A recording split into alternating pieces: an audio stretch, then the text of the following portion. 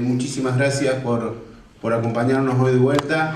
La verdad que nos estamos viendo seguido y eso está muy bueno. El fin de semana con algunos tuvimos un asadito para la planificación de lo que va a ser la semana del 25 de agosto, del cumpleaños de la ciudad. Y hoy de vuelta invitándolos en el marco del programa San Luis Capital de la Democracia Participativa, que la verdad que cuando Enrique en sus comienzos lo planificó y lo empezamos a soñar y a un poco ir edificando, siempre pensábamos que la participación de las asociaciones de ustedes era fundamental para poder encarar este proyecto y en general cualquier proyecto que se busque encarar, si las asociaciones civiles están presentes, es mucho más factible y mucho más fácil de lograr. Así que agradecerles de nuevo la presencia. Sé que por ahí un jueves a la tarde o un viernes, ayer varios nos acompañaron también en la universidad, tienen que dejar alguna obligación o algún compromiso y es muy importante para nosotros que nos acompañen. Así que gracias de nuevo. Hoy, bueno, Carlos es un viejo conocido de todos nosotros, pero no puedo dejar de agradecerle el continuo acompañamiento que Enrique y a nosotros, sus funcionarios, nos brinda en forma permanente, no solo con la asociación de él, sino acercándonos personajes ilustres, como hoy, por ejemplo, el doctor Garrido, que el currículum que leyó muy bien el locutor realmente se queda muy corto si uno busca reflejar lo que esta persona ha representado, no solo para el Poder Ejecutivo, sino para todos los poderes. Trabajó en el Poder Judicial, trabajó en el Congreso de la Nación como diputado nacional y también en la Oficina Anticorrupción del Poder Ejecutivo, siempre relacionado y buscando la mayor transparencia posible. Así que les comento que es un lujo que hoy nos podemos dar, así que, bueno, instarlos a seguir participando. Se vienen proyectos nuevos, tenemos proyectos de ordenanza, como el de compras y contrataciones que estuvimos trabajando el año pasado, que tenemos que trabajar. Hay un proyecto de ordenanza de elaborar un código de ética pública para que queden plasmados, como siempre dice Enrique, institucionalizar lo que para nosotros es fundamental, que es limitar a los ejecutivos para que la sociedad civil tenga mayores controles y mayores injerencias, no solo en el control de lo público, sino también en la toma de decisiones de todos los días. Así que yo los dejo con los que saben del tema y muchas gracias por venir. Muy buenas tardes. Gracias por el interés en escucharnos. Bueno, gracias por la presentación y por la invitación a la Municipalidad de San Luis y sobre todo por tener la ocasión de conversar sobre estos temas y intercambiar opiniones. Mi idea es hacer una breve introducción a algunas cuestiones importantes en relación con este tema y luego Carlos va a contar algunas experiencias más operativas, teniendo en cuenta que digamos, el propósito de esta reunión de alguna manera tiene que ver con uno de los pilares en la lucha contra la corrupción que descansa sobre la participación social. Entonces, es nuestro interés girar en torno de esta cuestión de la participación social y la corrupción. El primer aspecto a considerar es el tema de las consecuencias de la corrupción, es decir, bueno, ¿por qué estamos acá discutiendo el tema de la corrupción? ¿Por qué es importante que analicemos y pensemos en estrategias para luchar contra la corrupción? Porque el tema de la corrupción no es algo que se agota en un escándalo que tapa otro, que es la manera habitual en la que nos enfrentamos a estas cuestiones día a día a través de los medios de comunicación, sino que en realidad eso es solo la muestra o la superficie de los daños y los perjuicios que se ocasiona a la sociedad en su conjunto. Es decir, que altos niveles de corrupción repercuten negativamente en la vida cotidiana de cada uno de nosotros y por eso es importante que que pensemos y tengamos en cuenta la necesidad de trabajar y desarrollar políticas públicas que implican también a la sociedad civil de manera fundamental para abordar esta cuestión de la corrupción. Hoy en día el tema de la corrupción no solamente es analizado, o las consecuencias de la corrupción no son analizadas desde el punto de vista económico. Quizás el tema económico, las consecuencias económicas son uno de los puntos que más se destacan o que han motivado que determinado discurso o abordaje de la política del tema de la corrupción se haga o tome en cuenta este aspecto. Es lógico que hay una consecuencia económica de lo que es la corrupción y tiene que ver con una alteración en lo que tiene que ver con las inversiones, en que el dinero sale, porque es dinero negro, sale del ámbito del país y eso repercute también, no solo negativamente en la economía, pero la economía en definitiva, o el impacto negativo en la economía implica también un impacto negativo en la gente que vive en esa economía. Menor actividad económica repercute negativamente en los derechos de todos. Por eso, hoy en día hay una creciente atención a estas cuestiones desde el punto de vista de la afectación de derechos. Entonces, las consecuencias de la corrupción se leen en qué afectación o qué perjuicio genera para los derechos humanos, es decir, lo que tiene que ver con la primera reflexión sería, bueno, si hay corrupción, en principio hay una afectación a los derechos económicos, sociales y culturales. Es decir, si hablamos de un empobrecimiento, si hablamos de menores, de que lo que se pagan coimas se traduce en menor calidad, de menores inversiones o menor calidad de las obras que se realizan o menor calidad de los servicios que tienen que prestarse. Bueno, claramente hay una afectación a esos derechos económicos, sociales y culturales. También hay que tener en cuenta que mayores niveles de corrupción también implican una afectación del sistema democrático y de la representación, porque si las decisiones de la política se toman en base a quién paga más coima, claramente eso es una desvirtuación del sistema democrático y eso va generando un descreimiento y va limando el sistema democrático y la convivencia política de la sociedad. También, si hay un financiamiento ilegal de la política, esto también produce una alteración de esos derechos políticos y de esos derechos de representación. Y también otro aspecto importante a tener en cuenta es que también se afecta a la igualdad, porque la base, si las decisiones se toman en base a quién paga más coima, claramente esto afecta una igualdad en el acceso a los derechos y esto claramente genera discriminación. Y además también hay que tener en cuenta el impacto desigual de la corrupción, porque está claramente probado que la corrupción no impacta de manera igual a todos, sino que los sectores que están más alejados del poder son los que sufren la corrupción, el impacto de la corrupción en mayor medida. Entonces aquellos que están en situación de pobreza o con más dificultad para acceder a los derechos, claramente sufren un perjuicio mayor que el de otros sectores de la población. Así que también acá se ve claramente el impacto en la desigualdad que generan altos niveles de corrupción. Dicho esto, y pasando al tema o a la importancia de la participación social, hay que tener en cuenta que el enfoque tradicional, lo que se ve en los medios, y bueno, cómo trabajar contra la corrupción. Si ustedes ven, en general el discurso de los medios de comunicación es que es un tema de la justicia. Y también es un discurso de muchos políticos que patean el tema para adelante diciendo que, bueno, que esto lo investigue la justicia, que lo resuelva la justicia. Claro, la justicia llega tarde, la respuesta de la justicia cuando llega después de los hechos y muchas veces queda en la nada, y además la justicia trabaja con los casos que es posible detectar, y una de las características de la corrupción es que esos hechos se dan en en el secreto, porque ninguna de las dos partes de un soborno, por ejemplo, tiene interés en que eso se conozca, con lo cual la justicia llega tarde y llega mal, porque la mayor parte de los hechos quedan ocultos y no llegan nunca a la justicia.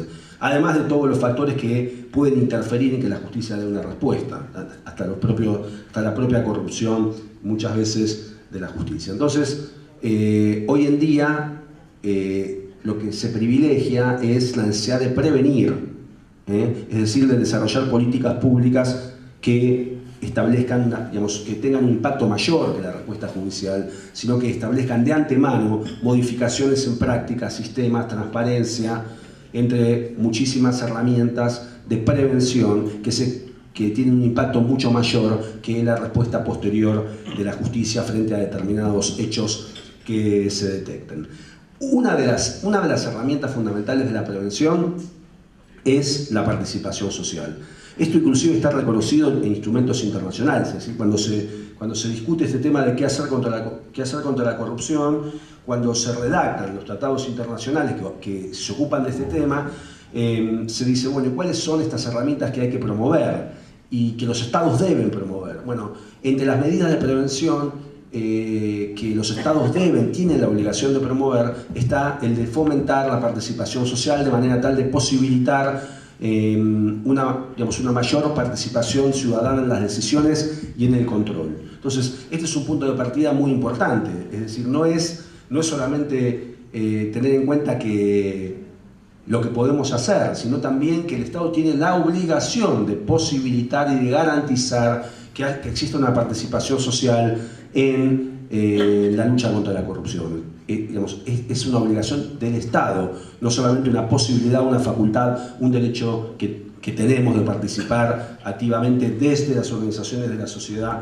civil, o desde la sociedad como individuos, en el desarrollo de estrategias, conductas, participación, controles contra la corrupción. Entonces es muy importante tener en cuenta, entonces, frente a, por lo menos como base, como punto de partida o como criterio de legitimación de esta actividad, que específicamente la participación social está reconocida como un instrumento que existe, el Estado tiene el deber de garantizar, así lo establece el artículo 13 de la Convención de Naciones Unidas contra la Corrupción, que menciona expresamente el deber del Estado y menciona como ejemplos, o sea, ni siquiera agota las posibilidades de participación social y menciona como ejemplos la participación social en la toma de decisiones, el ejercicio del derecho a la información, la transparencia y la posibilidad de solicitar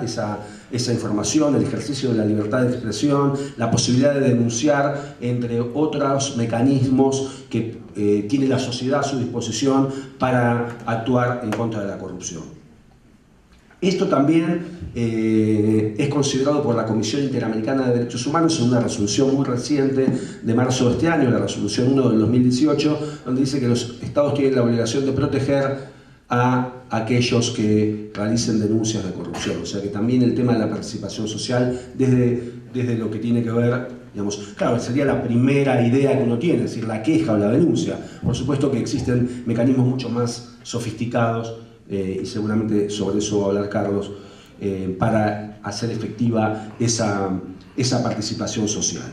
Algunos de esos mecanismos o algunas de las maneras en donde, a través de las cuales se hace efectiva esa participación, bueno, la denuncia o la queja sería la manera, digamos, más básica, más elemental.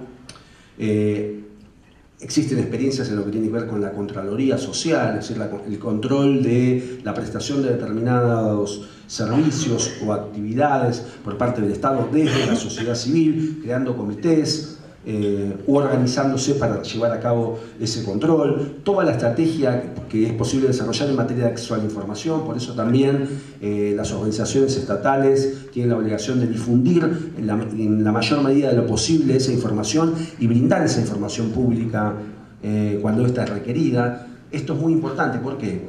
Porque ese derecho a la información que está en manos del Estado, que además en sí es un derecho humano, no solamente puede tener sentido para tener la información, como podría ser un periodista que está investigando un determinado tema, sino también que el tener información sobre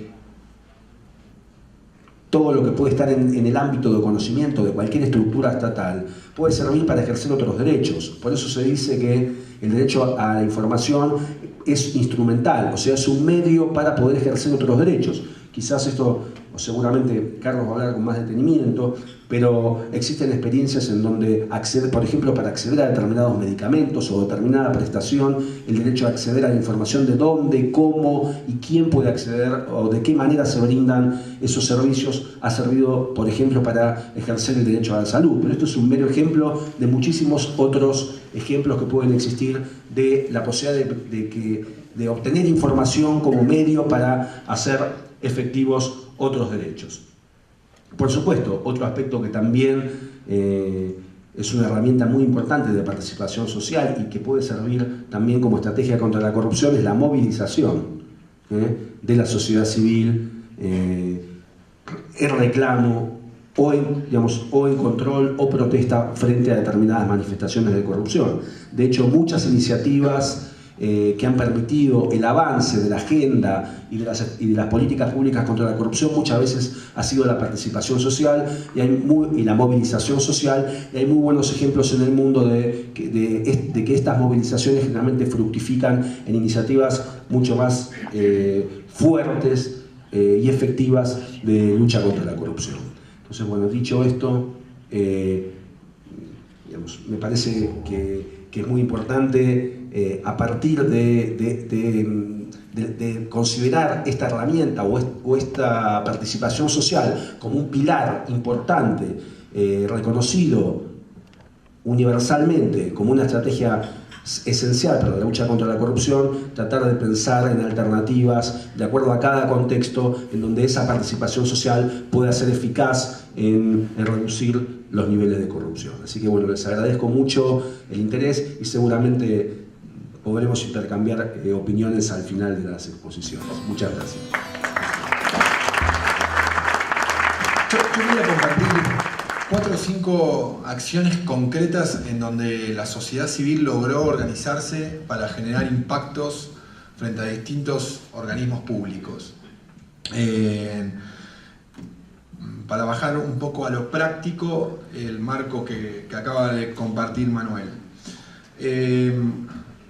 El primer caso se refiere, hay un organismo a nivel nacional que se llama Consejo de la Magistratura, que para simplificar la función es el organismo nacional que elige los jueces, ¿no? Elige la terna de los 3 jueces que después se envían al presidente para que el presidente entre esos 3 elija a uno y termine en el Senado dando acuerdo. Entonces, un diario, yo no me acuerdo si fue el Clarín o La Nación, publica que uno de los miembros del Consejo de la Magistratura, que está integrado por distintos sectores, en este caso era un senador, había sido procesado por recibir dádiva, por recibir una coima.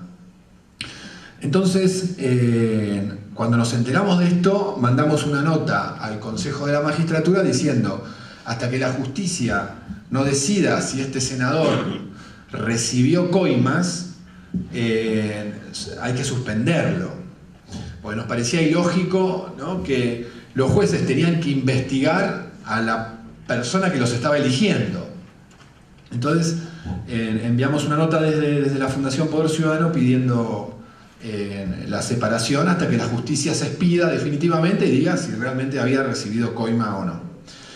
Pasa el tiempo y recibimos una nota del Consejo de la Magistratura donde nos dicen que no se podía hacer nada porque el Consejo de la Magistratura no tenía un reglamento para resolver estos casos, no tenía un reglamento para suspender a los miembros o expulsarlos del organismo. Entonces, obviamente mandamos una segunda carta, gran parte del presupuesto de Poder Ciudadano nos iban a mandar cartas, mandamos una carta pidiendo que se dicte el reglamento. Y entonces, a partir de ahí empezamos a hacer un monitoreo en el Consejo de la Magistratura de cómo iba avanzando esto. Y por supuesto, no avanzaba nunca el tema del reglamento. Lo ponían en el orden del día, en los temarios de las reuniones, en el lugar 15, por lo tanto nunca había tiempo para para ocuparse de la sanción de este reglamento. Entonces, cuando pasa un año, se nos ocurre ir a celebrar el cumpleaños del no reglamento. Entonces hicimos 3 o 4 tortas de cumpleaños, llevamos unas mesas a la puerta del Consejo de la Magistratura que queda enfrente del Teatro Colón y pusimos las mesas, fue un grupo de voluntarios y hicimos toda una movida, ¿no?, celebrando el no reglamento del Consejo de la Magistratura y convocamos obviamente a los medios de comunicación para que le den cobertura. Los medios de comunicación asistieron y esa es una primera experiencia, ¿no? Es decir, cómo muchas veces los ciudadanos pedimos cosas por la vía reglamentaria, por la vía que corresponde, por la vía administrativa, se frenan, pero cuando se le da visibilidad pública, un poco lo que decía Manuel recién, ¿no? Es decir, cuando se quiere trabar algo, cuando no se quiere avanzar en algo que casi es obvio, como que un organismo tenga un reglamento para saber cómo hacer con los miembros que tienen faltas dentro del organismo, se traba. Entonces, mientras no hay visibilidad o no hay alguien, un externo difundiendo eso, pueden pasar 15 años y no se soluciona nada. Entonces basta que vaya 2 minutos un medio de comunicación a mirar esto para que la organización, el organismo se active. Y fue finalmente lo que pasó, ¿no? Es decir, esta cobertura que tuvo ese evento termina a los 2 meses en la sanción del reglamento de remoción y suspensión de los miembros del Consejo de la Magistratura. La segunda experiencia que quería compartir fue una experiencia que la organizamos en el Congreso Nacional. En el año 2004, la ley, o mejor dicho, el proyecto de ley de acceso a la información pública a nivel nacional, la ley de acceso a la información pública salió hace 2 años más o menos. Sí. ¿El año pasado o en el...? Sí, 2016. En el 2016. Estamos hablando de un proyecto de ley por el mismo tema del año 2004, ¿no? 12 años después se termina sancionando la ley.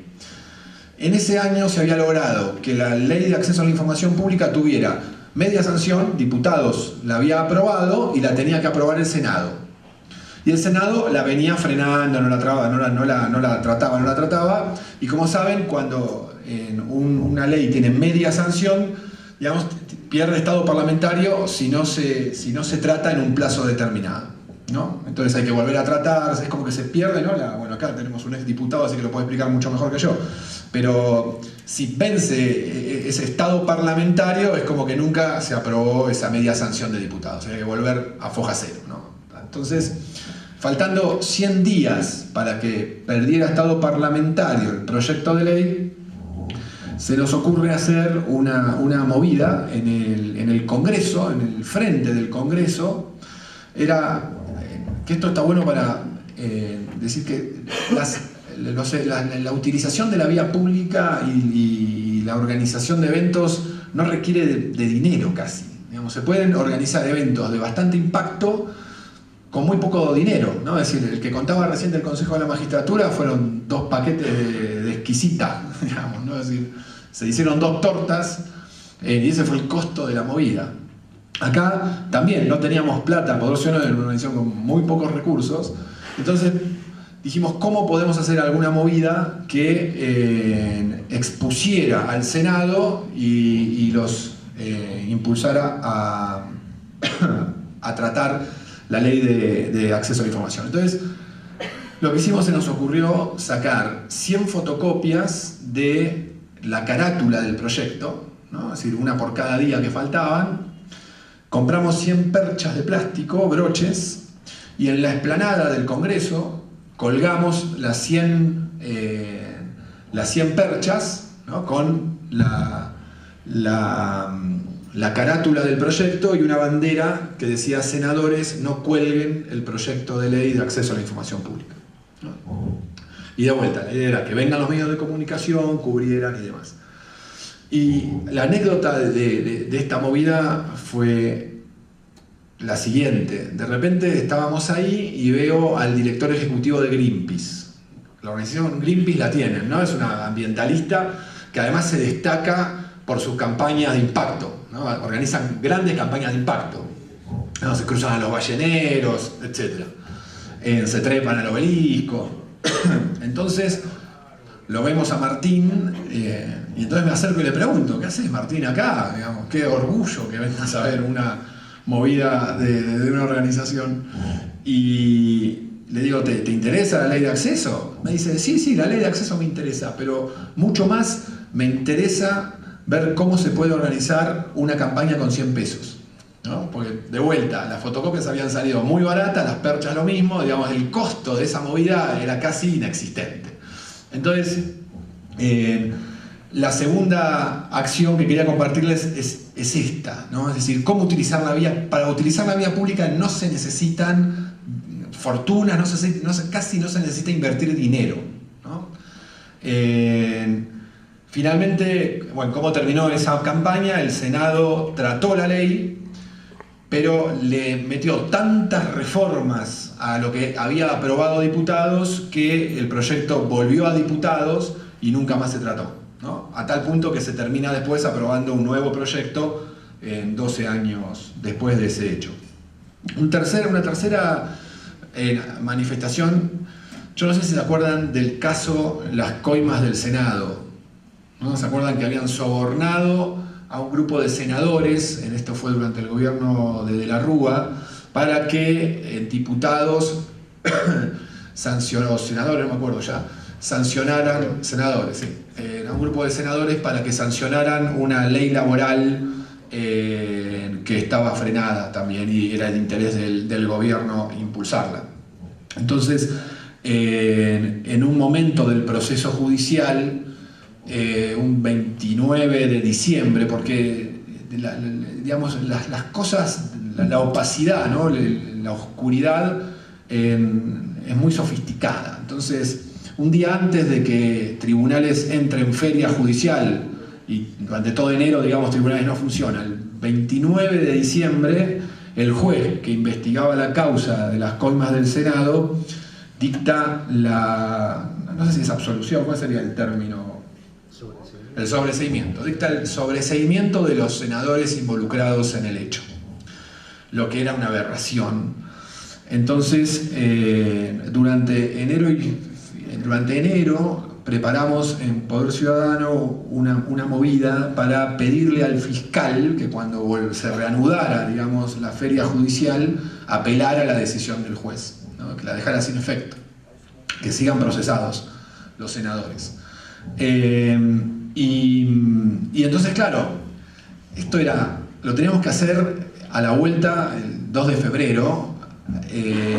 El horario tenía que ser el mediodía porque los medios, los noticieros de la televisión transmiten al mediodía, por lo tanto la idea era que manden móviles en vivo para cubrir la movida, y dijimos: ¿cómo juntamos gente para abrazar tribunales? No sé si conocen, pero los tribunales es toda una manzana, ¿no? Entonces queríamos hacer un banderazo, digamos, abrazando tribunales con una bandera argentina.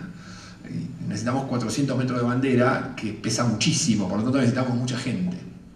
Y además necesitábamos gente también porque queríamos meter un poco de presión ahí al fiscal.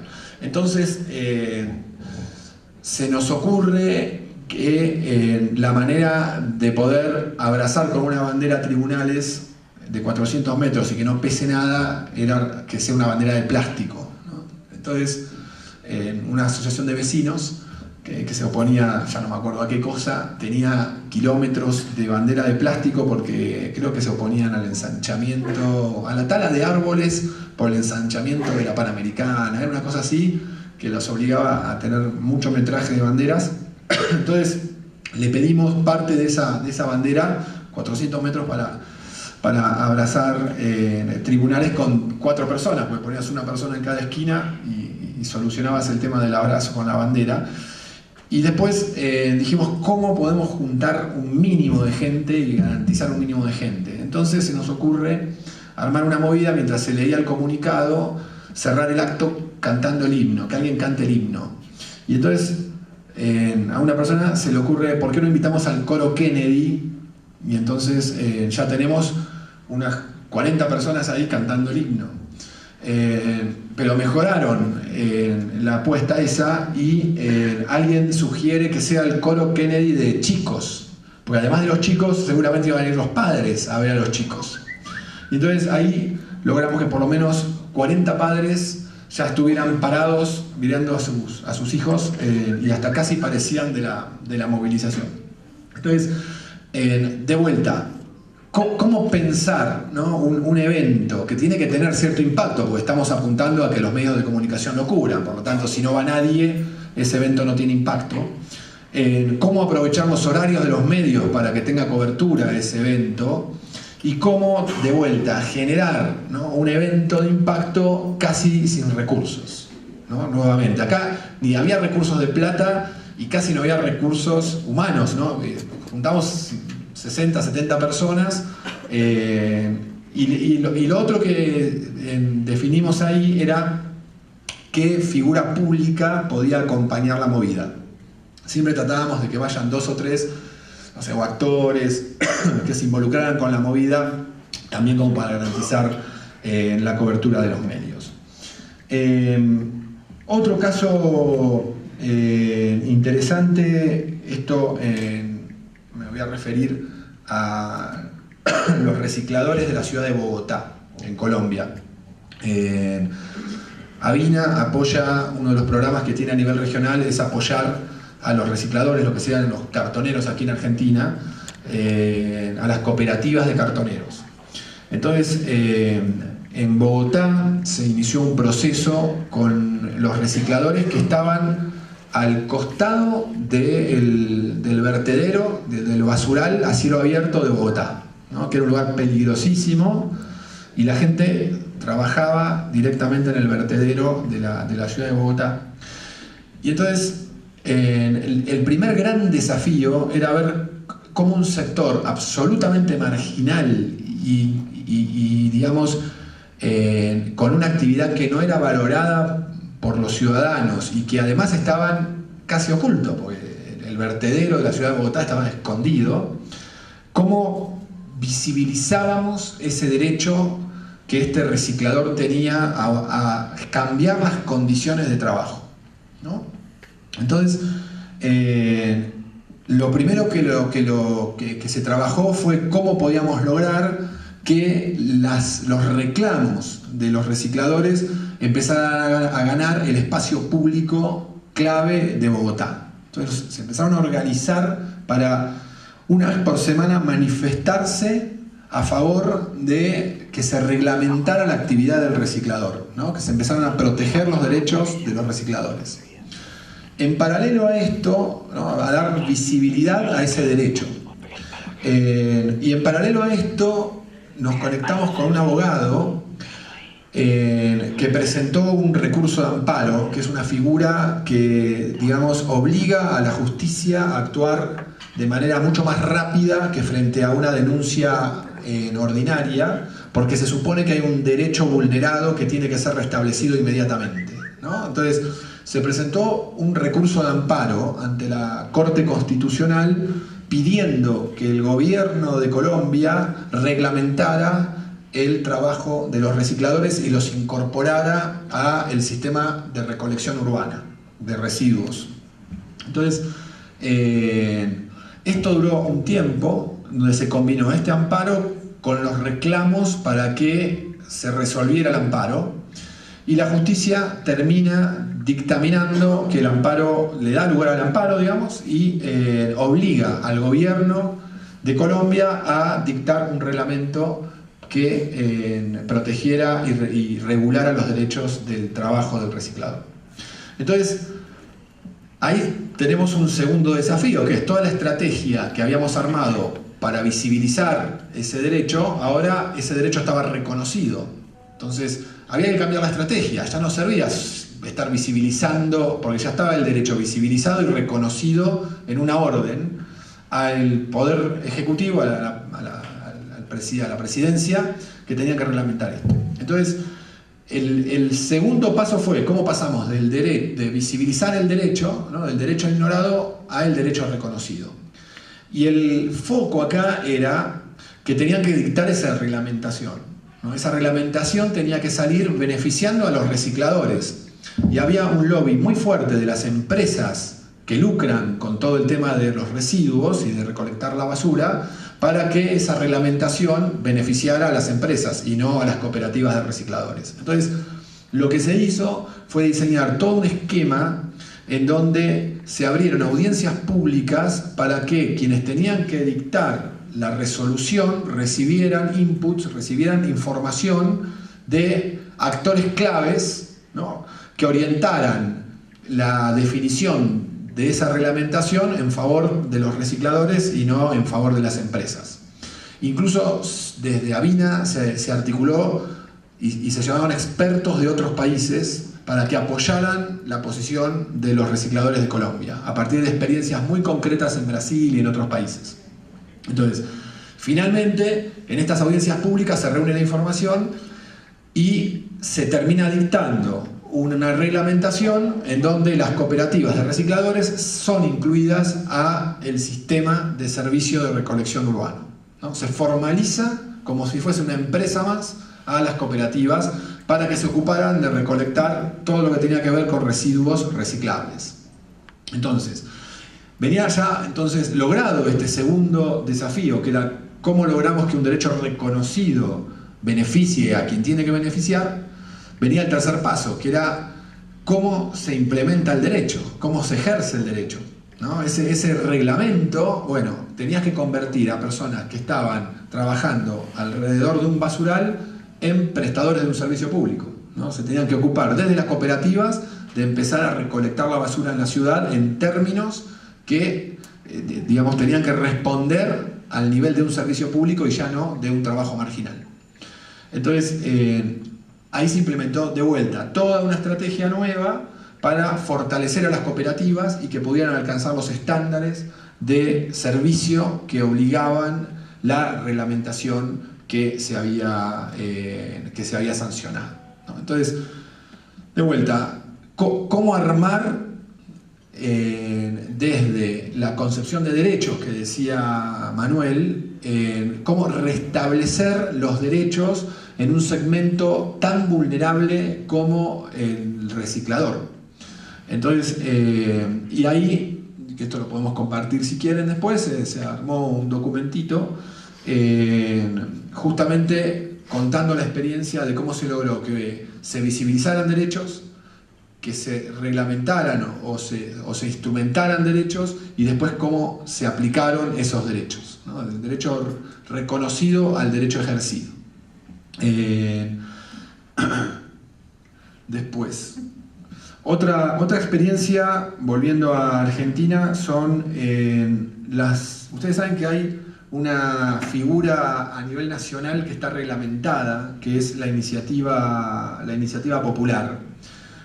Cualquier ciudadano o institución puede presentar al Congreso Nacional un proyecto de ley, salvo en algunos casos específicos, pero básicamente existe la potestad para que los ciudadanos podamos presentar al Congreso Nacional proyectos de ley, y mediante esta iniciativa popular, el proyecto el Congreso tiene la obligación de tratarlo, no de aprobarlo, pero sí de tratar el tema en el lapso de un año, ¿no? Para eso, esta ley fija una serie de requisitos, entre ellas juntar el 1,5% del padrón, que son cerca de 600.000 firmas, ¿no? Entonces yo, para poder presentar una iniciativa popular, tengo que juntar 600.000 firmas, al menos en 6 provincias, porque se supone que la ley es de interés nacional, por lo tanto no es que ponga una mesa en, no sé, La Valle y Florida, en la ciudad de Buenos Aires, y junto las 600.000 firmas. Tienen que estar distribuidas al menos en 6 provincias argentinas. Entonces, un día llama Luis Majul, no sé si conocen al periodista, y me dice: Charlie, quiero impulsar una una iniciativa popular para derogar las jubilaciones de privilegio, ¿no? ¿Se acuerdan que era un beneficio que tenían diputados, senadores, ministros y secretarios de Estado, donde vos ejercías el rol durante un tiempo mínimo y te jubilabas con el 80% en el caso de los diputados, de la dieta del diputado, etc.? Para que se den una idea, cuando se impulsó esta iniciativa popular, el 80% de la dieta de un diputado eran cerca de 4.200 pesos y la jubilación ordinaria, después de haber aportado durante 30 años, como marca la ley, era de 200 pesos la jubilación mínima, ¿no? La brecha que había entre un beneficio y el otro. Entonces, dijimos, bueno, ok, yo consulté al Consejo Directivo de Poder Ciudadano porque no era una actividad planificada. Entonces, en ese momento quien presidía Poder Ciudadano era Luis Moreno Campo, fue fiscal del juicio de las juntas y después fue fiscal de la Corte Penal Internacional. Entonces mando un mail al Consejo y tenemos este ofrecimiento, Majul quiere armar una iniciativa popular y quiere que Poder Ciudadano sea quien la organice y quien la implemente, quien la lleve adelante.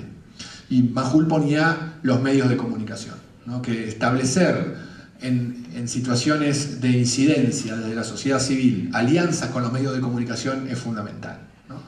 Porque es lo que le da volumen y lo que posiciona el reclamo de la ciudadanía. Entonces, Majul ofrecía el programa de radio y de televisión donde él estaba trabajando. Entonces, la respuesta que recibo de Moreno Campo es: Poder Ciudadano no se ocupa de la jubilación de privilegio. Entonces, yo le respondo: tenés razón, pues siempre hay que darle la razón a los presidentes. Y entonces, a los presidentes de las organizaciones, digo. Entonces, le digo, tenés razón, pero, ¿no? Pues siempre cuando das la razón puede haber un pero. Entonces, le digo, pero sí es un objetivo de Poder Ciudadano, digamos, que se implemente un instrumento de participación como la iniciativa popular, y sí es un objetivo de Poder Ciudadano involucrar a los medios de comunicación en una campaña de incidencia en una ley que recorta un beneficio sectorial, ¿no? Es decir, por lo general las campañas que vemos en los medios de comunicación son campañas solidarias, un sol para los chicos, que está todo bien que se hagan, pero esto era la primera vez que se involucraba a un medio de comunicación en una campaña sostenida para derogar un beneficio que en ese contexto en el que se estaba impulsando esta iniciativa popular, que fue el año 2002, de plena crisis, y conocemos y recordamos, digamos, la situación de crisis del año 2002, nos parecía que estaba bien, que había que impulsar. Entonces, Moreno Campo dice, bueno, ok, dale para adelante. Y entonces ahí empezamos con el problema, porque había que juntar 650.000 firmas. Entonces, con el equipo de Poder Ciudadano no se podía hacer, porque el equipo de Poder Ciudadano estaba asignado a otros programas. Entonces lo que hicimos fue movilizar voluntariado, ¿no? Juntamos 120 voluntarios que los organizamos y todos los días se armaban mesas en distintos lugares de la ciudad de Buenos Aires y se empezaron a juntar firmas en la ciudad de Buenos Aires. Establecimos alianzas con organizaciones sociales de otras provincias para llegar a juntar el 1,5% del padrón, al menos en 6 provincias, para cumplir con el requisito que imponía la ley. Y fortalecimos las alianzas con medios de comunicación y logramos que una empresa de correo privado, digamos, ofreciera el servicio de reunir las planillas en las provincias y traerlas hasta la sede de Poder Ciudadano para contarlas, revisarlas y luego presentarlas ante la Cámara Electoral, que es el órgano que revisa que todo esté en regla en una iniciativa popular. Una vez que se cumplió con esto y se juntaron las 650.000 firmas que más o menos se tenían que juntar, venía la otra etapa, que era cómo hacemos lobby en el Congreso para que esta ley salga, ¿no? Porque se puede presentar la iniciativa y quedar ahí. Entonces, la idea fue que el lobby, digamos, ciudadano, el lobby cívico, ¿no? Es decir, las reuniones que se tuviesen con los distintos diputados, no solamente vayan organizaciones de la sociedad civil, sino que también vayan periodistas, acompañen periodistas para meter un poco más de presión. Y otra cosa que aprovechamos es que las comisiones permiten que los ciudadanos, a pedido, digamos, de organizaciones, puedan participar y explicar por qué nos parecía interesante que esa iniciativa popular se votara y se impulsara. Bueno, finalmente todo este lobby organizado frente a los diputados y luego a los senadores terminó sancionando la ley. Es decir, en Argentina, por el mecanismo de iniciativa popular, hay 2 leyes solamente impulsadas y sancionadas. Una es esta, la que deroga las jubilaciones de privilegio, y otra es una ley que se llamó el hambre más urgente, que es una ley que obliga al Estado a alimentar a los chicos y a bien nutrir a los chicos de 0 a 5 años, ¿no? Por eso el hambre más urgente. Ustedes saben que el deterioro que se produce en esa edad por malnutrición, digamos, es en muchos aspectos irreversible. Entonces, y esto se logró básicamente porque la alianza con los medios de comunicación funcionó mucho más allá de sacar una gacetilla. Hubo una alianza institucional que le permitió al Poder Ciudadano y al medio de comunicación poder llevar y sostener esta campaña durante 4 o 5 meses para reunir todas las firmas que se necesitaban. Y ahí, en un momento yo le pregunté a Majul por qué se había aliado con Poder Ciudadano, porque la verdad que la capacidad de juntar las firmas la tenía el medio de comunicación, no Poder Ciudadano. Y Majul tuvo una visión muy interesante que me parece que de alguna manera refuerza el rol de las organizaciones sociales, que es, en esta alianza, dice Majul, yo los masifico, pero ustedes me institucionalizan, ¿no? Es decir, yo tengo la capacidad para llegar, pero no tengo la entidad. Yo digamos, soy un periodista, porque yo tengo que pedir una iniciativa popular. ¿Quién soy yo para pedir una iniciativa popular? Me parecía que tenía mucho más fuerza si una organización de la sociedad civil institucionalizaba el pedido y la lideraba. Y yo hacía lo que tengo que hacer, que es difundirla. Entonces,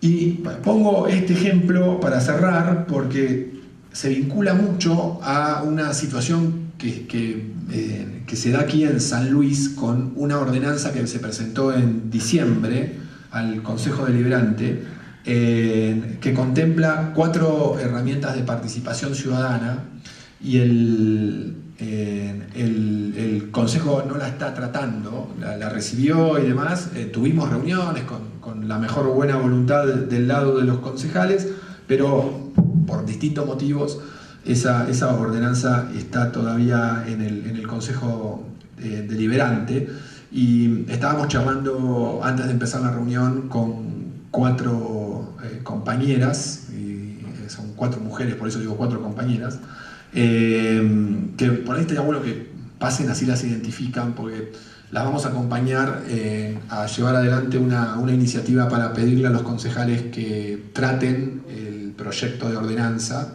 Y ahora en todo caso se los contamos resumidamente. Desde Poder Ciudadano, Avina y la organización que de alguna manera ayudó a construir el proyecto de esta ordenanza, que es la Fundación Directorio Legislativo, vamos a estar acompañando un poco el impulso que se dé desde aquí. Y el instrumento, digamos, es un proyecto de ordenanza que contempla 4 herramientas muy concretas de participación. Una es el acceso a la información pública, digamos, cómo garantizarle a las organizaciones que puedan acceder a la información que genera el Estado municipal. La segunda es un instrumento que se llama elaboración participada de normas, que es cómo ayudamos a quienes toman decisiones dentro del Estado a que cuenten con toda la información para tomar la mejor decisión. Hay muchas malas decisiones que se toman desde el Estado, muchas veces por corrupción, pero hay otras malas decisiones que se toman porque el Estado no cuenta con toda la información necesaria para tomar la mejor decisión. Entonces, este mecanismo de elaboración participada de normas logra que, por ejemplo, sus organizaciones puedan aportar información ante una decisión que tiene que tomar el Estado y que afecta directamente al barrio donde viven, a la comunidad o a alguna acción concreta dentro de esa comunidad. La tercera herramienta es a la que me refería recién, las audiencias públicas, que si bien no son vinculantes, es decir, en una audiencia pública quien la convoca no tiene la obligación de hacer después lo que se define en la audiencia pública, pero sí es un espacio que de alguna manera acota la discrecionalidad del funcionario público, ¿no? Es decir, al brindarle información se supone que ese funcionario público la recibe, debería tomar lo que enriquece la decisión y explicar por qué no toma otras, ¿no? Es decir, racionaliza de alguna manera la discrecionalidad, bueno, que todo funcionario necesita para poder gobernar, porque si no, no tomaría ninguna decisión. El problema que tenemos en muchos de nuestros países en América Latina es que esa discrecionalidad no tiene límites, ¿no? Entonces, que es uno de los componentes de la corrupción estructural. Ustedes saben que hay una fórmula que define la corrupción estructural en el Estado, que es monopolio más discrecionalidad menos transparencia, ¿no? Es decir, la fórmula es monopolio de poder, ¿no? Cuando alguien concentra poder y además avanza sobre los otros poderes e impide el control cruzado de los tres poderes en que se divide el sistema republicano. Después tenemos discrecionalidad, que es esto, ¿no? Es decir, disponer de los bienes del Estado de manera discrecional, sin consulta, etc. Y después restar transparencia, es decir, restarle, por ejemplo, este tipo de normas, de instrumentos, ¿no? Pensemos, a nivel nacional, la democracia se instauró en el 83, hace 2 años que recién la Nación dictó la ley de acceso a la información pública, ¿no? Es decir, estuvimos 32 años sin que el derecho a acceso a la información pública estuviera garantizado en una ley. Entonces, eso es discrecionalidad. No es corrupción, pero es discrecionalidad. Y la discrecionalidad obviamente favorece la corrupción. Entonces, la fórmula esta de corrupción estructural en el Estado, monopolio más discrecionalidad menos transparencia, genera condiciones que son las condiciones que explicaba Manuel recién de impacto de la corrupción en la calidad de vida de cada uno de nosotros. Entonces, estos instrumentos que están contemplados en este proyecto de ordenanza, como la audiencia pública, justamente acota el poder discrecional de los funcionarios.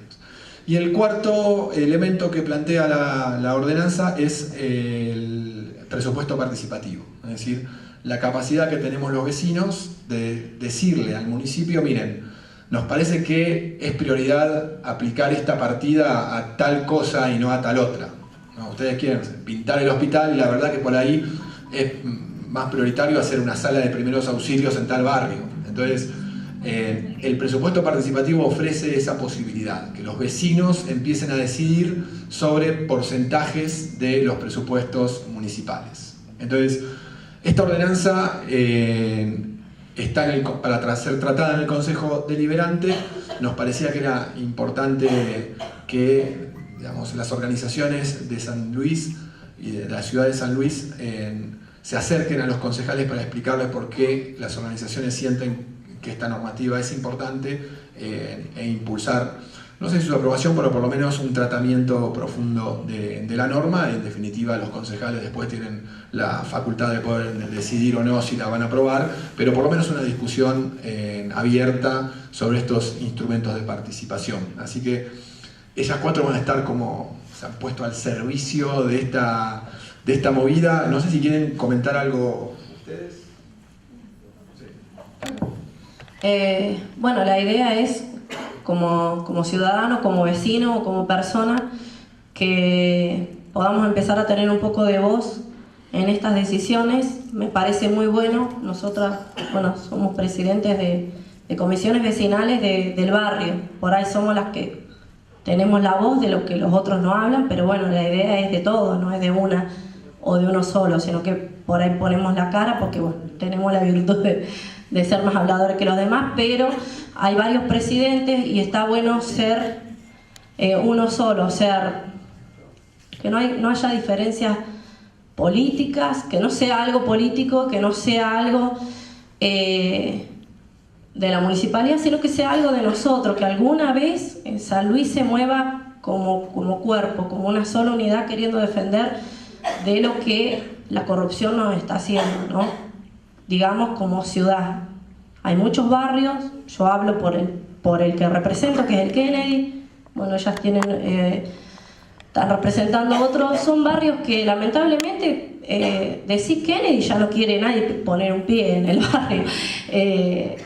Y así sucesivamente diferentes barrios está bueno levantar una voz y empezar a tomar derecho de qué sí se puede hacer y qué no, y empezar a tener voz en esas cosas, y el derecho a la información también, no solamente a ver en qué se gasta, sino el derecho a hablar como vecino, usar la banca del vecino. Estábamos comentando que hubo una asociación que están presentes, que ocuparon la banca del vecino, y eso está muy bueno para empezar a hacerlo como sanluiseño, ¿no?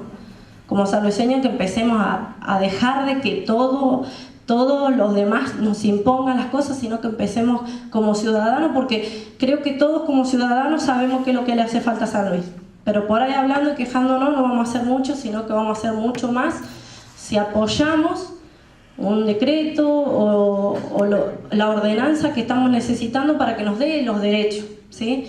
Pase el funcionario que pase, el gobernador que pase, el intendente que pase. Entonces, nos pareció bueno sumarnos a apoyar esta ordenanza, así que invitamos a toda aquella asociación y a todo aquel vecino que se quiera sumar a esto. Vamos a estar movilizándonos para que esta ordenanza se cumpla y no pase del año.